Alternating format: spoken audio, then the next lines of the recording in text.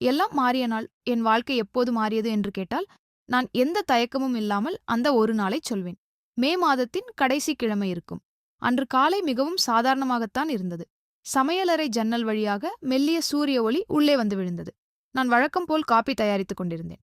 வீட்டுக்குள் ஒரு அமைதியான சூழல். குழந்தைகள் பள்ளிக்குச் செல்ல தயாராகிக் கொண்டிருந்தனர். அந்த நேரத்தில் விக்ரம் உள்ளே வந்தார். குட் மார்னிங் என்று அவர் சிரித்தார். மார்னிங் என்று நான் காஃபி கப்பை அவரிடம் கொடுத்தேன். அவர் ஒரு நிமிடம் என்னை பார்த்தார். அவர் சொல்ல விரும்பும் ஏதோ ஒன்று இருந்தது. இன்று கம்பெனியில புதிதாக ஒருவர் வேலையில் ஜாயின் பண்ணுகிறார் என்றார். அப்படியா என்று நான் சிரித்தேன். அது நல்ல விஷயம்தான். உங்களுக்கு இப்போதெல்லாம் சரியான வேலைப்பளு போல. ஆம் என்றார் அவர். செயலாளர் பதவி, மிகவும் திறமையானவள். அப்படியா, அருமை என்றேன். அவர் ஒரு சிறிய இடைவெளிக்குப் பிறகு சொன்னார்.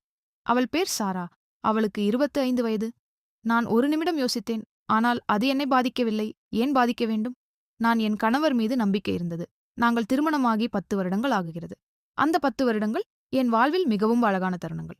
எங்களுக்கு 2 குழந்தைகள். அபிக்கு 8 வயசு, ரஜனுக்கு 7 வயசு. அவர்கள் எங்கள் வாழ்க்கையின் மையம். நாங்கள் ஒரு நல்ல வசதியான வீட்டில் வாழ்ந்தோம்.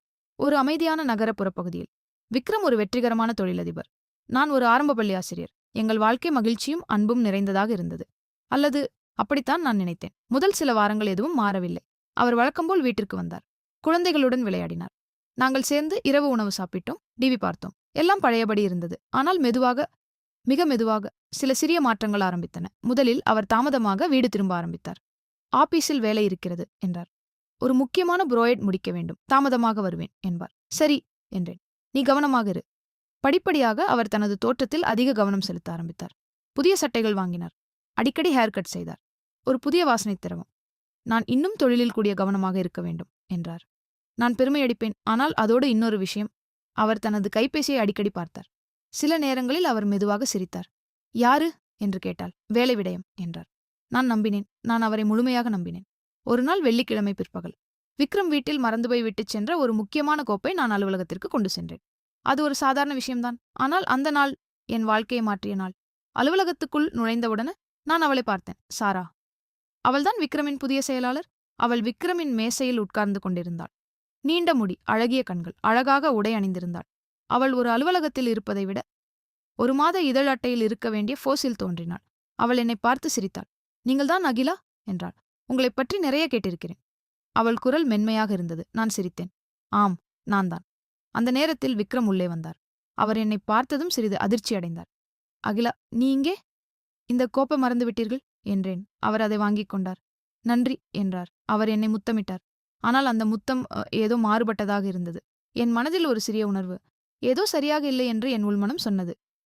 அடுத்த வாரங்களில் சாராவின் பெயர் எங்கள் வீட்டில் அடிக்கடி ஒலிக்க ஆரம்பித்தது. சாரா இந்த ஐடியாவை சொன்னாள். சாரா மிகவும் திறமையானவள்.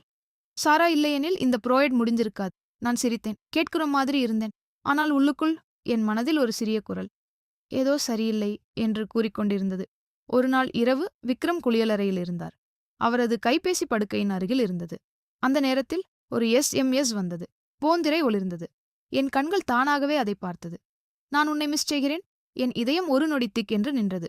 என் கைகள் நடுங்கின. நான் அந்த செய்தியை மீண்டும் மீண்டும் பார்த்தேன். அந்த சில வாரங்களில் நான் உணர்ந்த எல்லா சந்தேகங்களும் அந்த ஒரு வாக்கியத்தில் உறுதியாகின. அந்த இரவு என்னால் தூங்க முடியவில்லை. என் வாழ்க்கை மெல்ல உடைந்து கொண்டிருந்தது. அந்த செய்தியை பார்த்த இரவு என் வாழ்க்கை இரண்டாக உடைந்தது. ஒரு பகுதி நான் வாழ்ந்து வந்த வாழ்க்கை, நம்பிக்கை, காதல், குடும்பம். மற்றொரு பகுதி சந்தேகம், பயம், உண்மை. அன்று இரவு நான் படுக்கையில் அமைதியாக படுத்திருந்தேன். விக்ரம் என் அருகில் இருந்தார். அவர் வழக்கம்போல் குட் நைட் சொல்லி என்னை முத்தமிட்டார். நான் எதுவும் பேசவில்லை. என் உடல் அங்கே இருந்தது. ஆனால் என் மனம் வேறொரு இடத்தில் இருந்தது. நான் உன்னை மிஸ் செய்கிறேன். அந்த ஒரு வாக்கியம் என் உள்ளத்தை கிழித்துக் கொண்டே இருந்தது. அடுத்த நாள் காலை நான் வழக்கம் போலவே நடந்து கொண்டேன். குழந்தைகளுக்கு காலை உணவு செய்து கொடுத்தேன். பள்ளிக்கு அனுப்பினேன். வேலைக்கு சென்றேன். ஆனால் என் உள்ளத்தில் ஒரே ஒரு கேள்வி. இது உண்மையா? நான் அவரிடம் நேராக கேட்கலாமா? அல்லது நான் உண்மையை என்னால் கண்டுபிடிக்கலாமா? பயம் என்னை தடுத்தது. அதனால் நான் ஒரு முடிவு எடுத்தேன். நான் உண்மையை கண்டுபிடிக்க வேண்டும். இவ்வாறு ஒரு வாரம் கடந்தது. அது ஒரு வியாழக்கிழமை. அன்று காலை விக்ரம் சொன்னார். இன்று நான் தாமதமாக வருவேன். முக்கியமான வேலை. நான் அமைதியாக தலையசைத்தேன். சரி. ஆனால் அந்த நாள் நான் காத்திருக்கவில்லை. மாலை 6 மணிக்கு என் சகோதரி ஜூலியாவை அழைத்தேன். குழந்தைகளை கவனிக்க முடியுமா என்று கேட்டேன். முடியும். என்னாச்சு என்றாள். ஒன்றுமில்லை என்று பொய் சொன்னேன். நான் அலுவலகத்திற்கு அருகில் காரை நிறுத்தினேன். இதயம் பலமாக துடித்தது. கைகள் வியர்த்தது. நேரம் மெதுவாக நகர்ந்தது. ஒவ்வொரு நிமிடமும் 1 மணி நேரம் போல இருந்தது. இரவு 7 மணிக்கு அவர்கள் வெளியே வந்தார்கள். விக்ரம் மற்றும் சாரா. அவர்கள் சிரித்துக் கொண்டிருந்தார்கள். அவர் அவளது தோளில் அணைத்தபடி வந்து கொண்டிருந்தார். அந்த அணைப்பு என்னை ஏதோ செய்தது. ஆனால் அது ஒரு உறவின் நெருக்கத்தை காட்டியது. என் இதயம் உடைந்தது. அவர்கள் காரில் ஏறினார்கள். நான் அவர்களை பின்தொடர்ந்தேன். என் மூச்சு வேகமாக இருந்தது. இது உண்மையல்ல, இது ஒரு தவறான புரிதல். என் மனம் என்னை ஏமாற்ற முயன்றது. ஆனால் என் கண்கள் உண்மையை பார்க்கப் போகிறதென்று தெரிந்தது. அவர்கள் ஒரு சிறிய ஹோட்டலுக்கு வந்தார்கள். அமைதியான, கவனிக்கப்படாத இடம். அவர்கள் காரிலிருந்து இறங்கினார்கள். ஒருவரை ஒருவர் பார்த்து சிரித்தார்கள். பிறகு அவர்கள் உள்ளே சென்றார்கள். அந்த தருணத்தில் என் உலகம் நின்றது. இப்போது சந்தேகமில்லை, விளக்கமில்லை, மன்னிப்பு இல்லை. அது உண்மை. என் கணவர் ஒரு வேறு பெண்ணுடன் ஒரு ஹோட்டலுக்குள் சென்றார். நான் காரில் உட்கார்ந்திருந்தேன். என்னால் அழுகையை நிறுத்த முடியவில்லை. என் உடல் நடுங்கியது. என் உள்ளம் உடைந்தது. ஏன்? என்ன தவறு பண்ணே? நான் போதுமானவளா இல்லையா? கேள்விகள், கேள்விகள், முடிவில்லாத கேள்விகள். 1 மணி நேரம் அல்லது 2 நான் அங்கேயே இருந்தேன். பிறகு அவர்கள் வெளியே வந்தார்கள். சாராவின் முடி சீராக இல்லை. விக்ரமின் சட்டை சீராக இல்லை. அவர்கள் சிரித்தார்கள். அவர்கள் மகிழ்ச்சியாக இருந்தார்கள். அவர் அவளை முத்தமிட்டார். அது நான் ஒரு காலத்தில நான் பெற்ற முத்தம். அந்த தருணத்தில என் வாழ்க்கை உடைந்தது. நான் எப்படி வீட்டுக்கு வந்தேன் என்று தெரியவில்லை. என் மனம் வெறுமையாக இருந்தது. ஜூலியா என்னை பார்த்ததும் புரிந்து கொண்டாள். அகிலா, என்னாச்சு? நான் உடைந்து அழுதேன். எல்லாவற்றையும் சொன்னேன். அவள் என்னை அணைத்து ஆறுதல் சொன்னாள். நீ அவரை எதிர்கொள்ள வேண்டும் என்றாள். அந்த இரவு விக்ரம் வீட்டிற்கு வந்தார். ஹாய் என்றார். நான் அவரை பார்த்தேன். நாம் பேச வேண்டும் என்றேன். அவர் சற்று பதற்றமாக இருந்தார். இப்போதா? நான் சோர்வாக இருக்கிறேன். இப்போதே என்றேன். சாரா பற்றி. அவர் முகம் மாறியது. என்ன சொல்கிறாய்? எனக்கு எல்லாம் தெரியும். அமைதி. எவ்வளவு காலம்? 3 மாதங்கள். நீங்க அவளை விரும்புகிறீர்களா? அவர் அமைதியாக இருந்தார். பிறகு எனக்கு தெரியவில்லை என்றார். அது என் இதயத்தை முற்றிலும் உடைத்தது. வெளியே போங்க என்றேன். இன்று இரவே? அகிலா, தயவு செய்து. இல்லை. இப்போ என்னால் உங்களை பார்க்க முடியாது. அவர் மேலே சென்றார். ஒரு பையை எடுத்தார். கீழே வந்தார். மன்னிக்கவும் என்றார். நான் அவரை பார்க்கவில்லை. வெளியே போங்க. கதவு மூடப்பட்டது. கார் போகும் சத்தம் கேட்டது. நான் தனியாக இருந்தேன். அந்த இரவு நான் அழுதேன். என் திருமணத்திற்காக, என் காதலுக்காக, என் வாழ்க்கைக்காக. அந்த இரவு அகிலாவுக்கு வாழ்க்கையே முடிந்துவிட்டது போல் தோன்றியது. விக்ரம் வீட்டை விட்டு வெளியேறிய பிறகு அந்த வீடு வெறுமையாக மாறிவிட்டது. சுவர்கள் கூட அவளை பார்த்து கேள்வி கேட்டது போல இருந்தது. இதுதான் உன் வாழ்க்கையா? அவள் சோஃபாவில் அமர்ந்தபடியே இருந்தாள். கண்களில் கண்ணீர் வற்றியிருந்தாலும் உள்ளுக்குள் இன்னும் அழுகை நிற்கவில்லை. அடுத்த சில நாட்கள் அவளுக்கு நினைவில் கூட இல்லை. காலை எழுந்தாள். குழந்தைகளுக்கு உணவு செய்தாள். பள்ளிக்கு அனுப்பினாள். வேலைக்கு சென்றாள். அனைத்தும் நடந்தது. ஆனால் அகிலா இல்லை. அவள் உடல் மட்டும் இயங்கியது. அவள் உள்ளம் அது சிதறி கிடந்தது. அவள் வீட்டில் எங்கும் விக்ரமின் சுவடுகள். சுவரில் இருக்கும் புகைப்படங்கள், சிரிக்கும் முகங்கள், சந்தோஷமான நாட்கள். இது எல்லாம் உண்மையா அல்லது நான் ஏமாந்தேனா? அவள் அந்த புகைப்படத்தை எடுத்தாள். ஒரு கணம் பார்த்தாள். பிறகு மெதுவாக கீழே வைத்தாள். அவளால் அதை உடைக்க முடியவில்லை. ஏனெனில் அந்த வாழ்க்கையை இன்னும் அவள் நேசித்தாள். நான் என்ன தவறு செய்தேன்? நான் அழகாக இல்லையா? நான் கவனிக்கலையா? நான் நல்ல மனைவியா இல்லையா? இந்த கேள்விகள் அவளை விழுங்க ஆரம்பித்தன. ஆனால் ஒரு நாள் இரவு அவள் திடீரென்று எழுந்து கண்ணாடி முன்னால் நின்றாள். அவள் தன்னையே பார்த்தாள். கண்ணீர், சோர்வு, வலி. ஆனால் அந்த கண்களில் இன்னும் ஒன்று இருந்தது, வலிமை. அடுத்த நாள் அவள் ஒரு முடிவு எடுத்தாள். நான் உடைந்து போக மாட்டேன். அவள் குழந்தைகளுக்காக மட்டும் இல்லை, தனக்காகவும் வாழ வேண்டும். அவள் சின்ன சின்ன விஷயங்களில் கவனம் செலுத்த ஆரம்பித்தாள். காலை நேர நடை, புத்தகம் படித்தல், தன்னுடைய உணர்வுகளை எழுதுதல். முதலில் அது வெறும் முயற்சி. பிறகு அது அவளின் மருந்து ஆனது. அபி மற்றும் ரஜன் அவர்கள் இன்னும் குழப்பத்தில் இருந்தார்கள். ஒரு நாள் அபி கேட்டாள், அம்மா, அப்பா மீண்டும் வருவாரா? அகிலா அவளை அணைத்தாள். என்ன நடக்கும் என்று தெரியாது. ஆனால் நாம் எல்லோரும் சரியாக இருப்போம். அது உண்மையா? அவளுக்கே தெரியவில்லை. ஆனால் அவள் நம்ப வேண்டும். சில நாட்கள் கழித்து விக்ரமின் போன் கால் வந்தது. நான் குழந்தைகளை பார்க்கலாமா? அகிலா ஒரு நிமிடம் அமைதியாக இருந்தாள்.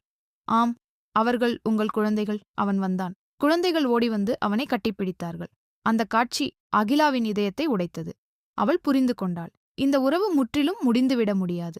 அவன் குழந்தைகளுடன் விளையாடும் போது அகிலா அவனை பார்த்துக் கொண்டிருந்தாள். அவன் சிரித்தான். அவன் அன்பாக இருந்தான். இந்த மனிதன்தான் என்னை ஏமாற்றினானா? அவள் மனதில் 2 குரல்கள். அவனை விட்டுவிடு. இது உன் குடும்பம். இந்த போராட்டம் தினமும் நடந்தது.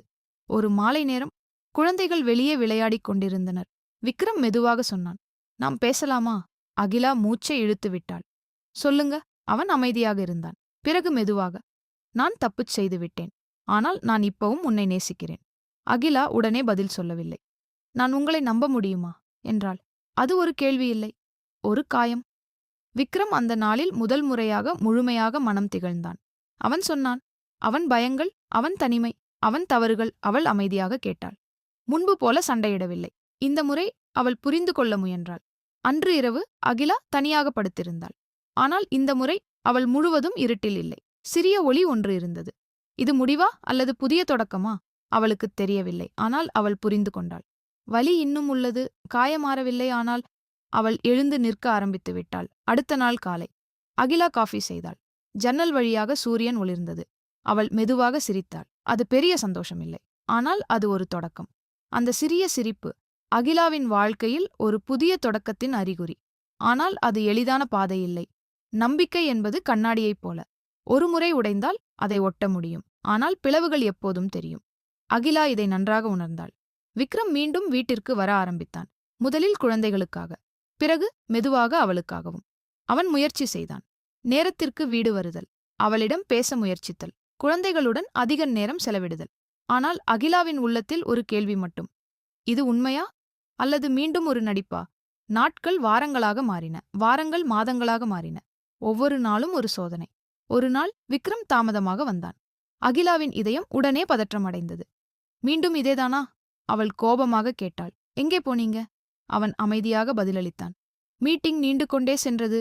முடிய லேட் ஆகிட்டது. நான் சொல்லியிருக்கணும். மன்னிச்சுக்கோ. முன்பு போல தப்பிக்கவில்லை. முன்பு போல பொய் சொல்லவில்லை. அந்த ஒரு நேர்மை அவளின் உள்ளத்தில் சிறிய மாற்றத்தை ஏற்படுத்தியது. ஒரு இரவு குழந்தைகள் தூங்கிய பிறகு அவர்கள் இருவரும் அமைதியாக அமர்ந்திருந்தனர். முன்பு அவர்கள் இப்படித்தான் பேசுவார்கள். ஆனால் இப்பொழுது அது புதிதாக இருந்தது. நீங்க என்னை ஏன் சொல்லவில்லை என்று அகிலா மெதுவாக கேட்டாள். விக்ரம் மூச்சை இழுத்து விட்டான்.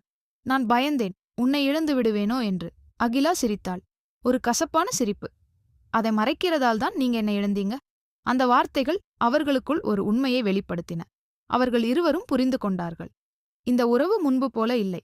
ஆனால் அது முற்றிலும் முடிந்துவிடவும் இல்லை. அவர்கள் ஒரு முடிவு எடுத்தார்கள். பேச வேண்டும், ஒளிக்கக்கூடாது, மறைக்கக்கூடாது. அவர்கள் சில விதிமுறைகள் வைத்தார்கள்.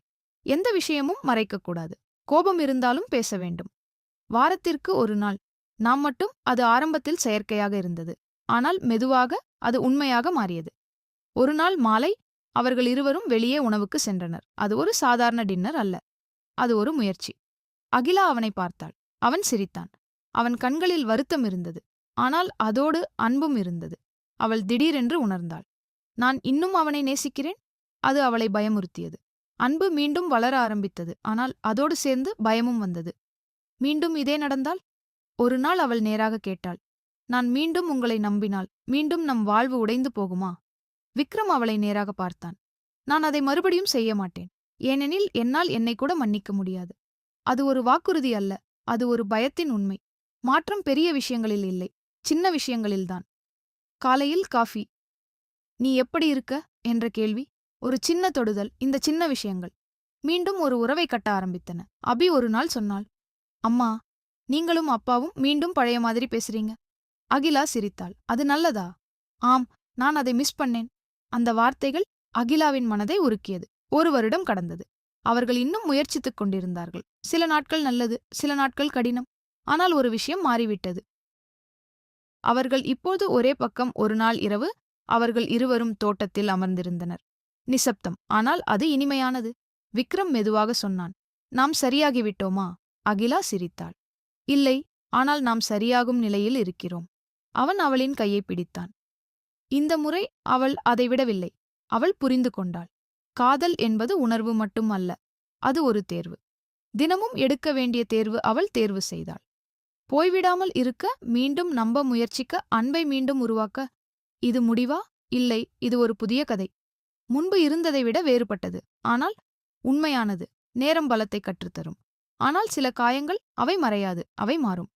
அகிலா ஒரு நாள் புரிந்து கொண்டாள். மன்னிப்பு என்பது நடந்ததை மறப்பது அல்ல, அது சரி என்று சொல்லுவதும் அல்ல.